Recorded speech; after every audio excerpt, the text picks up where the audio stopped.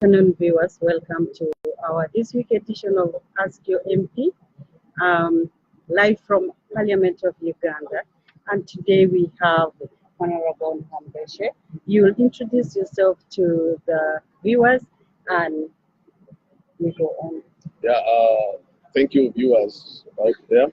My name is Ntambeshe John Baptist. Ntambeshe John Baptist. I represent the people of Manjia and the Parliament of the Republic of Uganda. Manjia is in Buda, the eastern part of Uganda, which is at the Kenya-Uganda border. Thank you. You're welcome, Honorable. Inter-Religious Council is championing a dialogue, a national dialogue, hope to be in Uganda soon. Can you tell the viewers exactly what is this national dialogue about? I must salute the Inter-Religious Council of Uganda for initiating this national dialogue.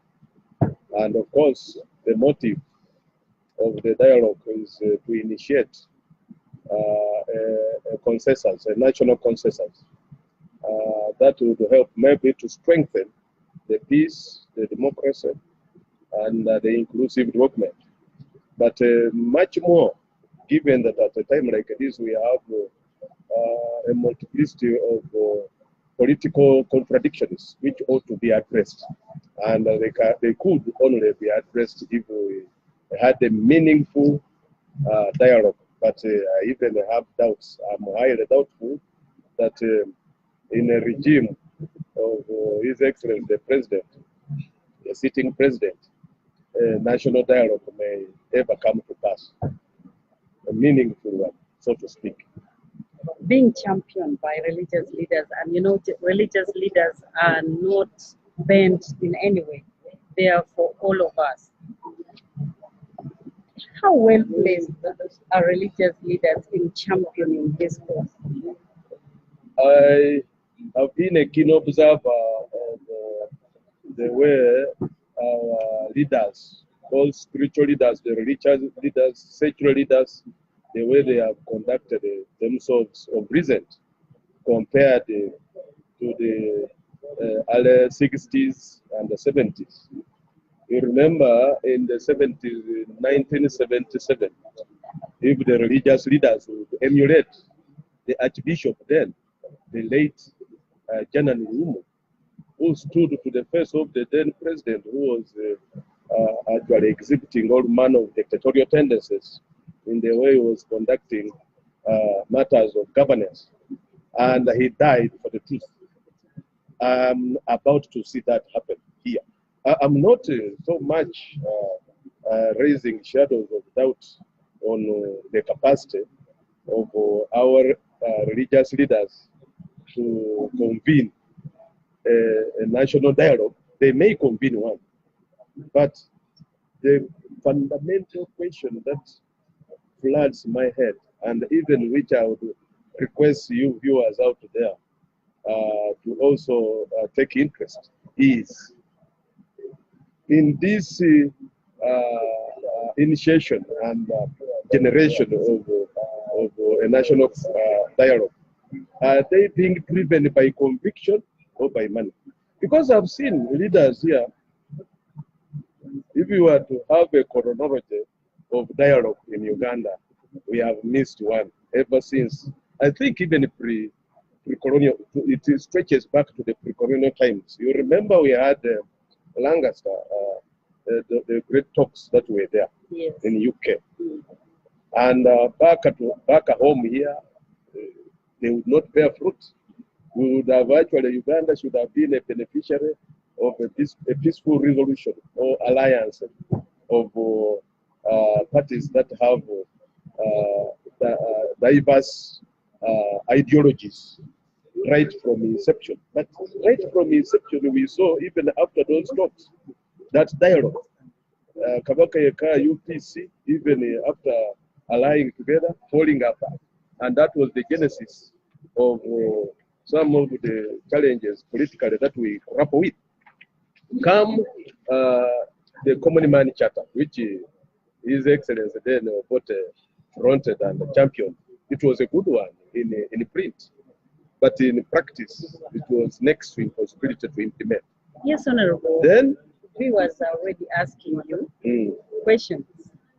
For example, Mpitsi wa Chamboa is asking you, in your view, is the national dialogue necessary? the national dialogue indeed would be necessary and would have happened yesterday if it would come in the accurate, actual form of the Truth and Reconciliation that was in South Africa. You remember in South Africa we had a Truth and Reconciliation Commission, Yeah. and the fruits that have yielded out of it are uncountable and numerous. But here in Uganda, given the manipulation that is going on, even when it is necessary, it will just be diversionary, so to speak. Another question?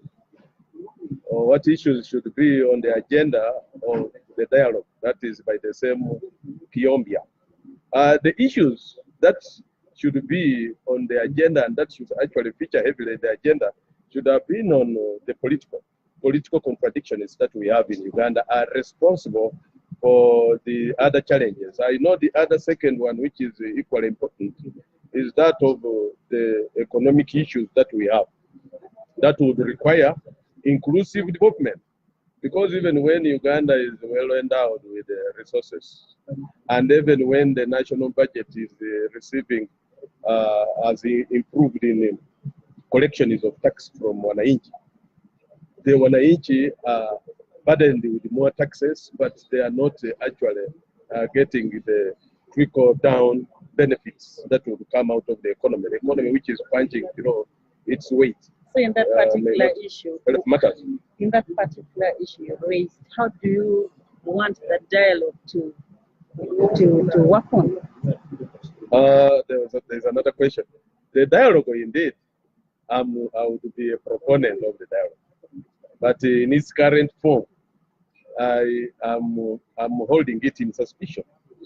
I may think it is coming because an invisible hand could be propping it up, could be initiating it for a purpose, for an ulterior motive. The motive could be to divert us from the real issues. And then we take edges, and it becomes the Nairobi peace talks, which were meant to be peace talks. There is Gabriel Iguma. Will the current government be willing to have a dialogue? Indeed, I've seen, and shockingly so, I would have said interestingly so, government in the government paper, and I think it was announced by none other than the government spokesman, Mr. Opono Opondo, that the government welcomes the national dialogue.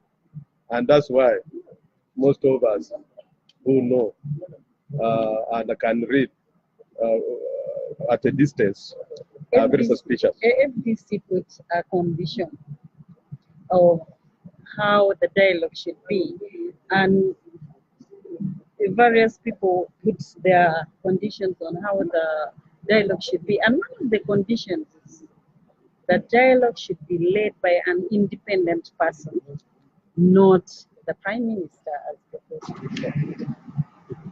I would stand with the preconditions that have been well stipulated by the FDC party.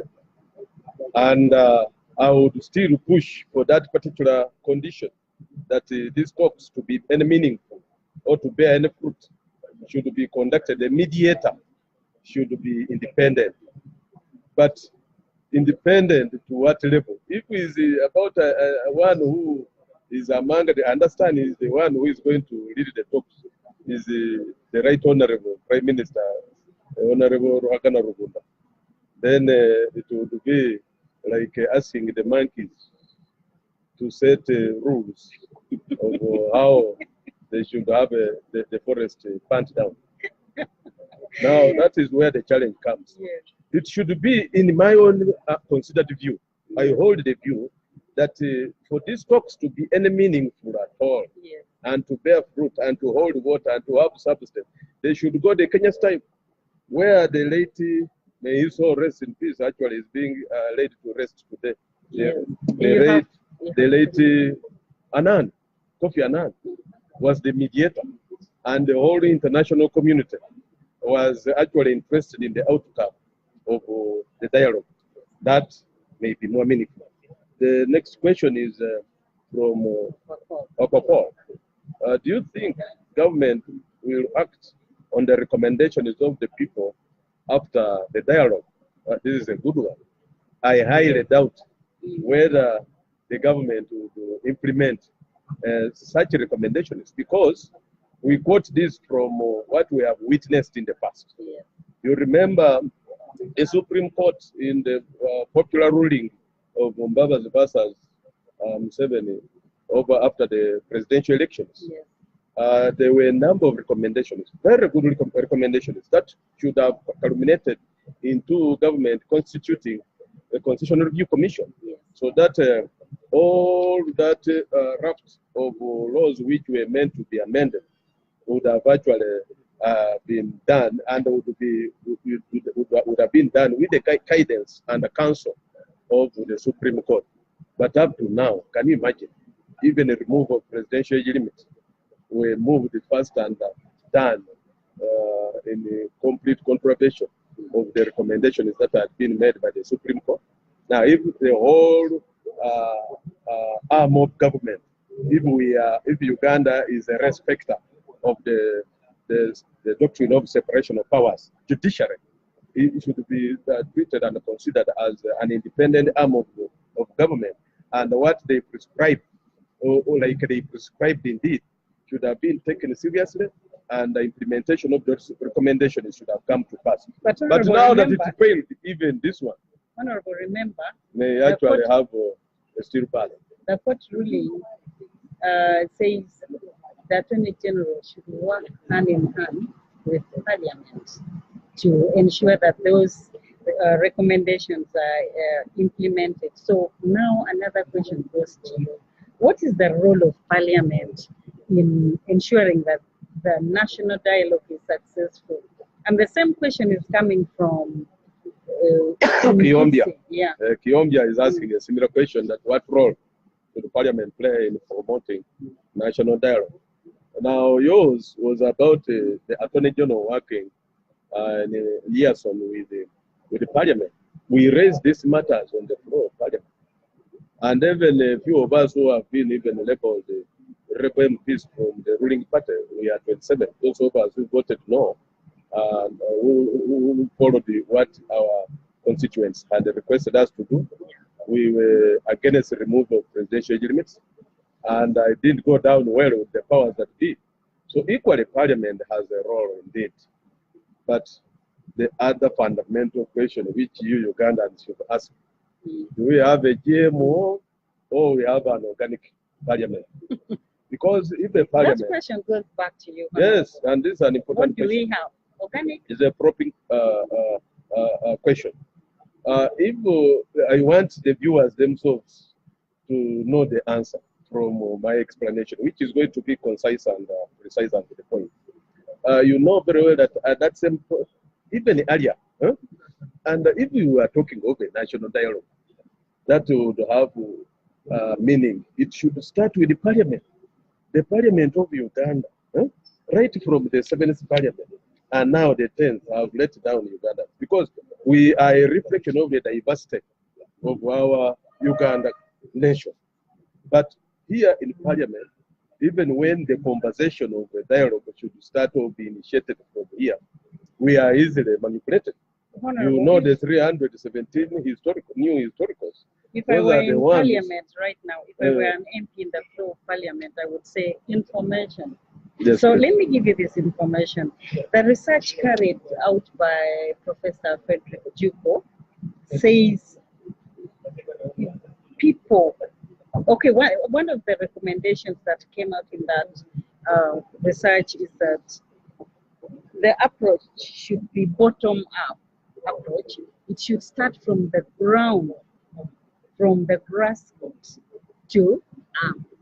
So I don't know whether it contradicts your statement that it should start from Parliament, because Parliament represents people, and people are down there on the ground.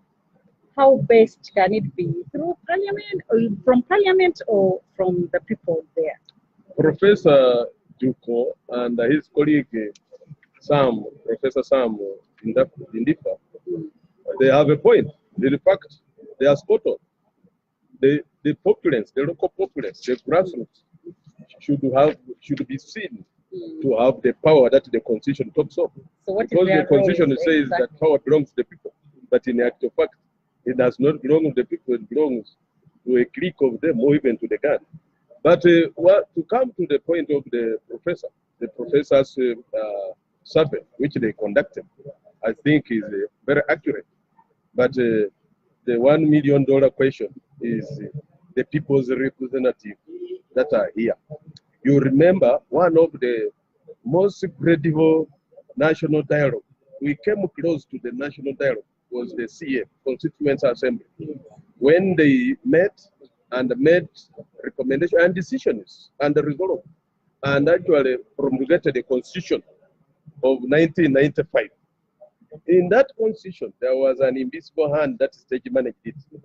You remember article that that was in respect of with the term limits was not entrenched. If it were entrenched, it should have been left to the people to decide. The people whom the professors have said have the power should have exercised the power and their prerogative of power to either remove or maintain it. But it was not entrenched, and that was deliberate. Yes. The remaining guarantee which we had in the constitution for the most transfer of power Yes. from one president to another was the one of presidential limits. But it was equally not entrenched. And I think this was all deliberate, right from CN. This is the genesis of our problem of parliament. Now come the 7th parliament, they were given 5 million each. They removed term limits. Come to our parliament, the 10th. A huge sum of money was splashed on members. They removed over 200 million, actually 3. They removed the presidential age limits. So now, if you say parliament has a role to play, and it is easy to manipulate and compromise with money, they are working to get 2/3 for one to approve or rather have whatever manipulation passed. It is very easy when you dangle around money. And this money does not only end with the MPs, even religious leaders. I expected religious leaders to come out and equivocally clear and emulate Janan Rumu. They should have looked the president in the face and told him that no, there is no petition from those below 35 years that we should raise it. And there is no petition or complaint from those above 75 that we should remove it. It is going to benefit you, and we are saying this is evil, this is wicked, and So, but they never did that. Instead, they found a diversionary way, and this could be one of it. Interreligious Council of Uganda proposing a national dialogue, and they never came out openly to condemn the manipulation that has actually in a way abrogated this constitution of 1995. What we refer to is no longer a constitution of 1995. so let's go back to national dialogue. Before we talk about the roles of citizens in ensuring that the national dialogue is successful, Kellen Biarohanga is asking your question. Gabriel Kuma. Do you think it is important for you politicians to carry your differences for the national dialogue to be meaningful? Yeah, that would be the spirit. And that spirit was even in the constitution. Because the preamble of the constitution begins, or rather commences with, we the people of Uganda, recalling our chaotic history, recalling our political and constitutional instability. They talk of instability. So that should have been burying the hatchet and coming together because of our history. And it should have been, we, as members of parliament, we should have been reminded by that history, which Uganda characterized by political and constitutional instability. That should have actually informed us during the time of amending the constitution to remove presidential limits. But it was the only remaining guarantee to a peaceful, smooth transfer of power from one president. You know, presidents in Uganda have been 9, but all of them have come to power and out of power through barrel of the gun, bloodshed, And we thought the constitutional guarantees that would have stopped this were the term limits, which were removed at a fee of 5 million, and the presidential limits, which were removed at a fee of 100 times. 100 times almost. How much did you get on that? 300 million. How Of much? course, I was not a beneficiary. I may not be privy to how much, but the truth of the matter is the money was given. Yes, Tiamba is asking you again, why should political issues dominate the agenda of the national dialogue? Because they are the source of the major contradictions that we have in Uganda. And in fact, 3/4 of the source of the challenges that we have in Uganda are caused by the politics. The politics in Uganda have remained in murky waters. And it is because of the greed for power and greed for money. These two are the real enemies of Uganda. By Because, politicians? yes, a politician who is in office would not want to relinquish power and would want to manipulate members of parliament so that they are paid and they act out of, not out of their conviction, but out of compulsion by money to do something that would dance to the tune of the powers that be. Because clinging to power, you remember, that was not at all in the mind of our president. When he came to power, he made a declaration that the challenge we have of African leaders is overstaying in power. That 5 years down the road is not a short duration of time. And I could have lived by example, but we could blame it on those who were ready to be mercenaries, to be hired. Honorable, I would like to remind you that you still have questions from Iguma Gabriel. You have Iguma asks that Karen the claim is that at the moment, Besigye and Museveni are the two main people to dialogue. Is this right in your view? This is where it goes wrong. And it seems like we are reliably informed that the conditions and the terms of dialogue were set between the two way back in 2016. And if it is the case, and even from the way the Interreligious Council are conducting the preliminaries, they have only gone to FDC. We are yet to see them go to other parties, including pressure groups. Because now the people power thing of Jakulanyi, where do you leave it? And when it has massive support of the youth who form the majority of Uganda, all this should be consulted and they should form part of the panel that should participate in the dialogue.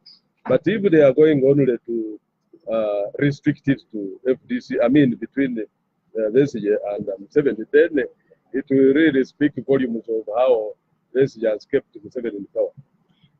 Viewers, we still request you to send your contributions, your views, your supplement on the topic that we are discussing. We are discussing about the national dialogue that is being championed by Interreligious Council. I also request Paul, Ejule, and Esther to resend their questions as our guests explain the roles of citizens in this, if it's to begin from the grassroots. Another one? I'm asking you myself. The role of citizens, the roles of your voters down there, the roles of an ordinary grassroots citizen in ensuring that this national dialogue is successful. I asked you before, and I'm still asking you. Yeah, the role of our citizens, especially the voters, our constituents, is a big one. For them to demonstrate this time round in word and deed that power belongs to them, they should be seen this time round to be championing the national dialogue. But the truth of the matter is that they are disenfranchised. They are actually demoralized. You remember when we were going to consult them on the controversial Article 102B, that is late last year, around December. Yes. The people, majority of Ugandans, our constituents down there, the grassroots, wanted their representatives, their MPs, to oppose removal of presidential immunity. But majority of the MPs came here and they were compromised, and they acted on the contrary. So they are actually demoralized. But they should be the ones on the leading. Like this is a similar question from Wankina. Huh? Wanakina. Question. Oh, there was one up there with Yaruhanga, which said that, Honorable, you are one of the members of parliament, where you say that the dialogue should have started. What have you done? For us, we have come out, like myself and a few others. In NRM, we are only 27 out of 350 over, who stood to the truth of our electorate and ably represented them. We actually stood and said no to removal of presidential candidates. So in a way, we have contributed in our smaller ways. We have demonstrated to them that we are their servants indeed. This is servant leadership. What do Denton. What's the dialogue for? So they should go. Enough is enough. Huh? I salute that gentleman because he has a point, although he has expressed it with emotion. When Kina, Faustin, those religious leaders have no much use. They are all about money because they want to benefit from that event. I cannot agree further with the Faustin, because if they buried their heads in the sand like an ostrich at a time when the entire Uganda needed them, the entire world needed to hear from the religious leaders what was their position on the move of presidential dreams, the only remaining guarantee for a peaceful transfer of power. They kept quiet. They instead wanted to find a diversion way of saying, we call for a referendum, when they knew very well that would not come to pass. Dory, another one is reply. Who will fund the national dialogue? Iguma is asking. That is a good question, because the one who pays the piper will determine the tune, and whoever will pay for this national dialogue is of course government, and definitely they will be the determinants of the resolution, so the outcome of the, so what will you do? What will you do with the fund? So you are handicapped, so to speak. There is this question. My question, there was one which has gone up. Sorry, okay, there is this question. My question to the Honorable is that, why should we go to national dialogue when Museveni is desperate now? No, you could be the one who is stage managing the national dialogue, so that you are diverted from the issue. So give it a benefit of doubt, first of all, to know what it entails. It could be tired. Could be tired too.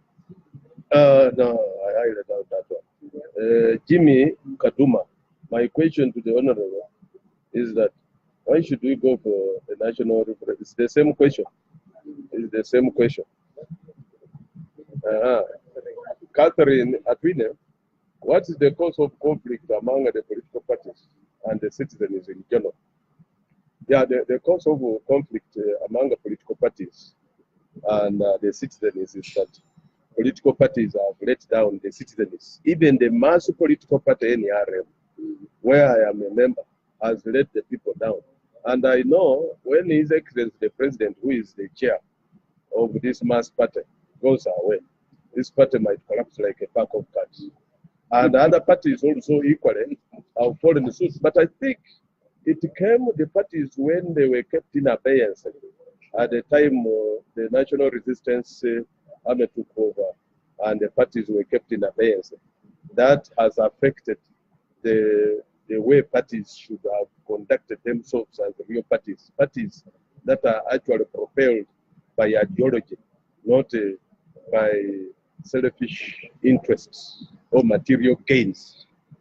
Yes, they're asking you, how do we ensure the dialogue actually works? To ensure for that dialogue to work, it might require turning over anointing from God to change our president, because he is the very one who proposed the Constituent Assembly, and the constitution was made with the term limits and the presidential limits. And under his superintendency, these two have been removed. Not mere remove the out of conviction by members, but members being hired as mercenaries to do that job. Then you know very well that the 7th Parliament, the 10th Parliament have been put in bad light because of that. The Nairobi Peace jokes. So this could be another job. Jimmy Katuma says, with oil at play, do you think Museveni will lose power or abide by the outcome of a dialogue? The oil, actually, the advent of oil and gas has also had an impact on this question of transfer, a peaceful transfer of power, which we anticipated anyway. Because I suppose if oil had not been discovered and even already now it is being exploited, maybe His Excellency would have chosen to retire so that another would come. But now he knows very well, as he spoke at one time, is the one who has helped to get this exploration and eventual exploitation of oil, and may have he feels he has the right policies in place and the programs for the exploitation of the oil and the proceeds that come out of that oil, so to speak. Monica, posting question is specifically to you. The truth is that, my honorable, when you get time, what do you think the world will remember from you and your parliament, where most MPs have sold their souls for money? It's a good one. I want the whole world to remember that even when the clouds were cumulonimbus and were very dark, there were very minute silver lining around the darker clouds, and the minute silver lining that stood with the people were the ambitious of this world. Because we were few, but our voice will go down the annals of history. That few though we were, we stood on the right side of history with the people. For the people and by the people. Nakagwa Pepe says enough is enough. Bosco must go. We are tired. I don't know who this Bosco is, but we have a question from I've answered that one. From Dan E. Okare. Yes. This dialogue always have well-crafted resolutions thereafter. But now, can we ensure that these resolutions can be upheld? We are tired of meetings and beautiful documents. Yeah, this dialogue may also eventually become one of the annual jamborees, which will be enjoyed with the razzmatazz by those that are in power and who have already stage managed these dialogues from the curtains. Nyende Fahari. Nyende Fahari. Please talk about selling our Uganda to Asians. Yeah, Asians and China. Chinization of Uganda is a new form of neocolonialism, is a new form of imperialism, where a Chinese comes here masquerading as an investor, ends up in Luera to mine sand. Sand is a natural resource of Uganda. And then he ferries it out to China to manufacture, add value to it. Moreover, the proponents of value addition are the powers that be.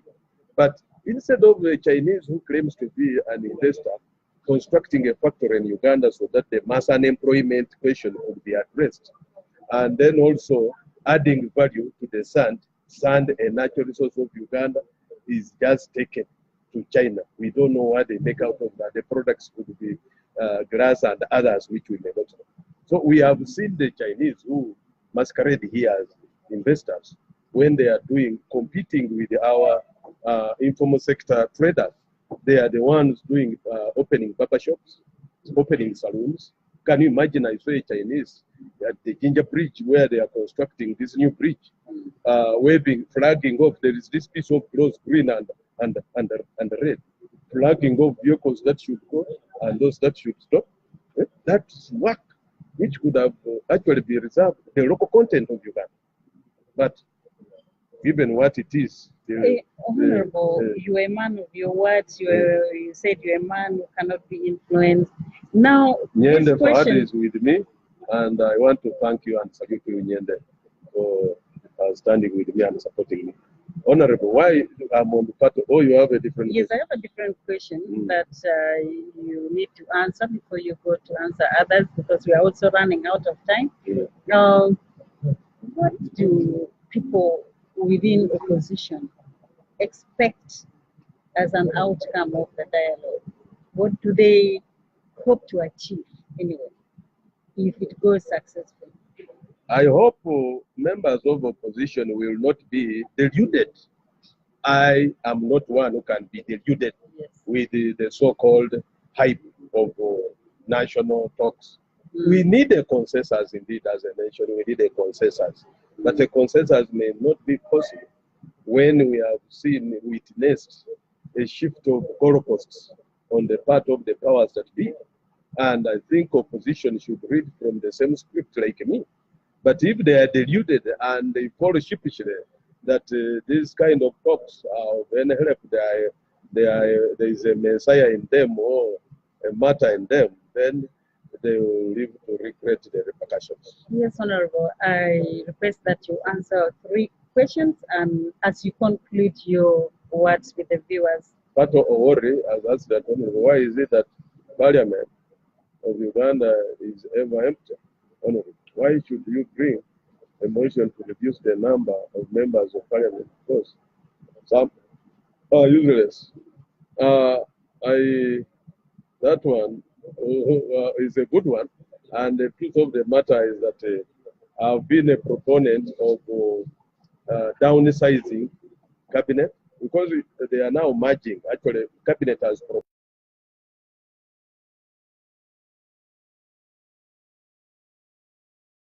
I support that. But it should be comprehensive enough. It should also go further to merge constituencies. It should go further to reduce on the number of ministers that we have. We should have 21 like Kenya. Kenya is a bigger country in acreage than Uganda and has even a stronger economy than us, but they have only 21 ministers, cabinet secretaries. Here we have 87 and above. So downsizing cabinet, even the advisors, there are so many, 150 over. Those they are burdening the taxpayer for nothing. Then we go down to even parliament, downsizing it so that constituencies can be merged. Even we should go down to local governments, districts. They are actually mushrooming every other day. This is also a concern, a grave concern to the taxpayer, and therefore to reduce on the administrative cost. There should be a comprehensive, deliberate plan to downsize on all strata of structure of government. All the structures must be include. Maybe the only survivor may be the judiciary. Judiciary still has gaps, actually staffing gaps. That one may be given a chance, but the rest ought to be downsized. Sam Obik is asking you, is the current president the obstacle to the national dialogue? I've been very categorical. I've not said is the obstacle, but it's for you Ugandans. Your guess would be as good as mine. Anyway, we would want to know who removed the only guarantee that would have helped Uganda to see for the first time a peaceful transfer of power.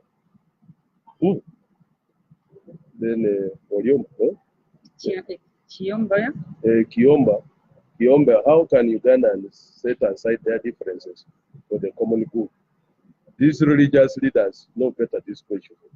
They know that the sharp differences that we have are because basically 3/4 and above are actually because of the political contradiction, the differences.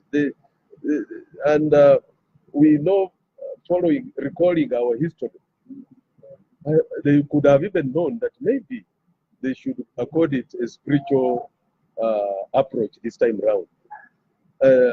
they should pray and get guidance from God on a way forward, because they failed to identify with the Ugandans who were agitating for maintaining of those age limits, so that at least for once we could have seen a peaceful transfer. But they failed Ugandans. So they should be taxed to do a spiritual mapping. Uganda needs spiritual intervention rather than political or otherwise. But we even have a common goods as the country. That is from Gabriel. The common good in the country could have been whereby Uganda would have listened to the voices of those, the vulnerable, the voices of the people who are purported to have the power in Uganda. But if we can in Uganda, at the dinner table of the national cake, at the dinner table of the national cake, Eastern and Northern, are they diners or waiters?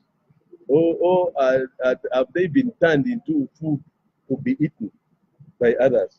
Because every other time the poverty index, if you are talking about low levels of literacy and numeracy, you go to the same regions. So where is the community? Where is the inclusive development? Where is the equitable distribution of the national cake?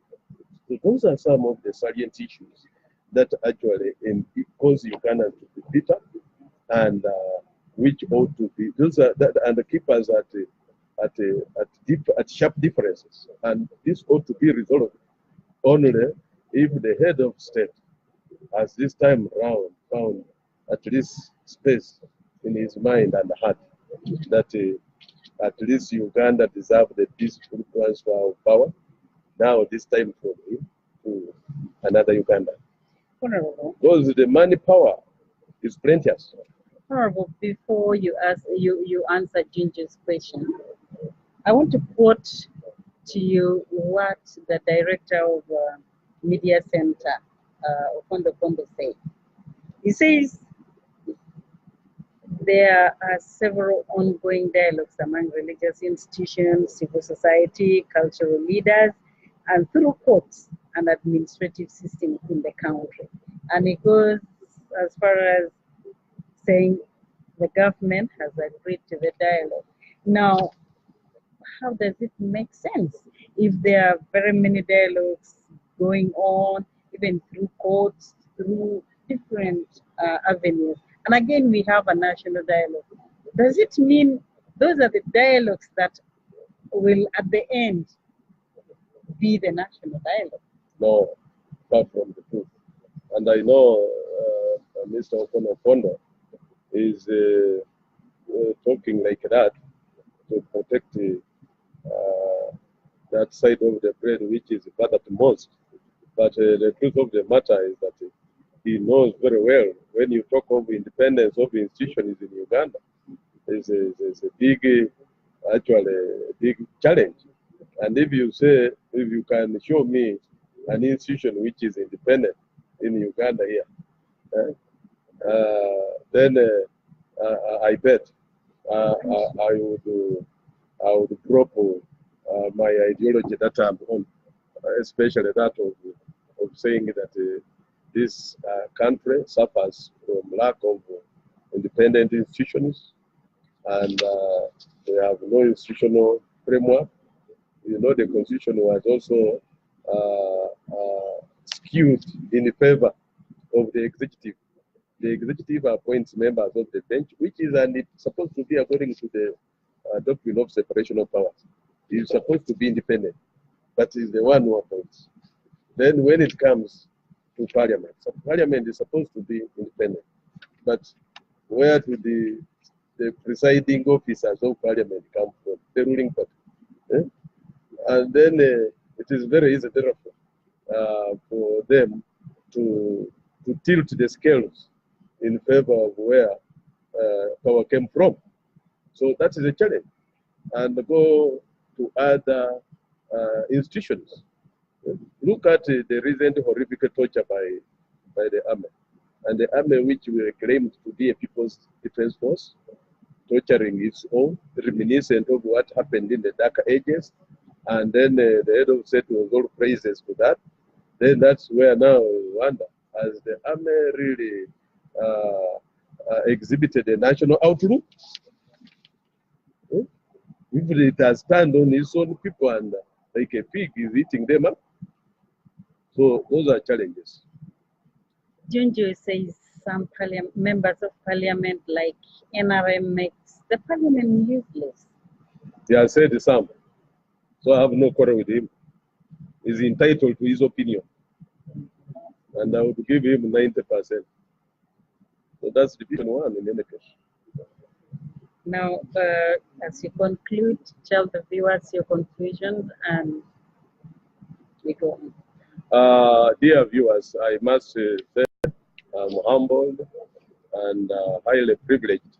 And I must say how glad I am to have been hosted on this Facebook Live. And I must salute you for giving me audience and bearing with my views. My views also, I'm entitled to my own opinions. Yes. And I pray that another opportunity will be accorded to me to interact with you in this way. Because through this interaction, I'm sure we have had a cross-fertilization of ideas and experiences. And may God abundantly bless you. I could not exhaust your questions. I can see many more screaming in. Helen is saying, so should we expect you to attend the dialogue? Bitsy says, what do Ugandans agree in your view? And then it is upon Ugandans to determine what to agree with and what to agree. I cannot compare them to go by my view. My views are my views. For Karen, I will not attend such a dialogue. It would be a joke of the century. Then, Honorable, are you going? This is part of help us. It's not that I'm against mutualism. No, I'm a proponent of mutual and amicable resolution of our differences. But from the look of things, we have witnessed enough events and incidences when such good causes have been abused by the powers that be. And this one is not about to survive the market. Honorable, are you going to help us share the national cake of our country? Yeah, at the right time, man. At the right time. Given a track record I have, by the way, I boast of a good track record in power. In the positions of leadership, I would say. Explain to the viewers. Because I've been, I started from lower elementary to district level. Now they have promoted me to national level where I'm a voice of the voiceless of the leader here in the Parliament of Uganda. And given an opportunity at an appropriate time, I will ensure that definitely Ugandans are dispensed with justice as far as the question of the national cake is concerned. Thank you, Honorable, for coming. Last question: what do you do when you are free? I want to thank the Wizards Foundation that have sponsored this interaction. But before I was actually making that appreciation, she had posed a question. What do you do at your free time? Yeah, my free time, normally I spend it with my family, and of course interacting with them. They miss me a lot. Most of the time I'm engaged with the public affairs, but when I get time off, I'm with my family, and I'm a deeply religious man, I would say. Mine may not be a religion, but I follow Christ with a passion, and therefore most of my time I'm there either reading those spiritual books or interacting with my family. Thank you, Honorable, for coming. Thank you. Viewers, thank you for watching us, and thank you for your contributions. Continue contributing for Ask Your MP program, and continue liking the Citizen TV page. Tell your friend, let your friend watch, let your friends watch, let your family members watch, so that they are leaders. Thank you, Honorable, for coming. You're welcome. Bye. Next time, same place. Thank you very much. Until then. Yeah.